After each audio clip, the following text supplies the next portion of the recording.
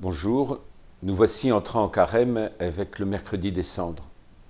Lorsque nous entrons en carême, il y a ceux qui se disent un nouveau carême avec soit une certaine joie, la joie de se convertir, soit une certaine tristesse, il va falloir faire des efforts. Et puis il y a la lecture de l'évangile de ce jour, un évangile qui nous appelle à l'aumône, à la prière, à aimer son prochain finalement. Jésus, Dieu, notre Père, voit dans le secret et il nous rendra au centuple. Quel est le chemin du carême? Est-ce que nous allons nous priver pour nous priver ou est-ce que nous allons construire notre chemin dans une autre direction?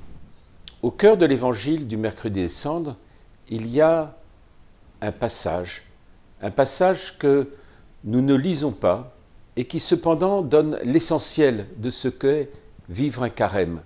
C'est la prière du Notre Père. Le carême, c'est un temps où nous retrouvons la dimension fondamentale de notre être. Nous sommes appelés à être filles et fils de Dieu. Et nous répondons à cet appel de Dieu le Père à être dignes de cette filiation.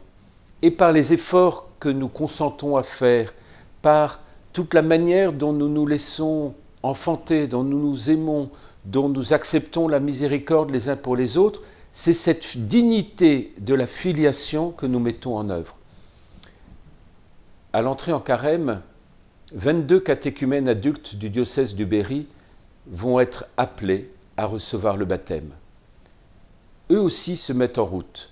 Eux aussi se mettent en route pour devenir fils et filles de Dieu par la grâce baptismale en la nuit de Pâques.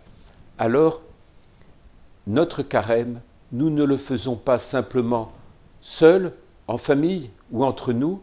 C'est une manière de porter cet enfantement à cette condition nouvelle, cette condition que vont acquérir nos catéchumènes en la nuit pascale.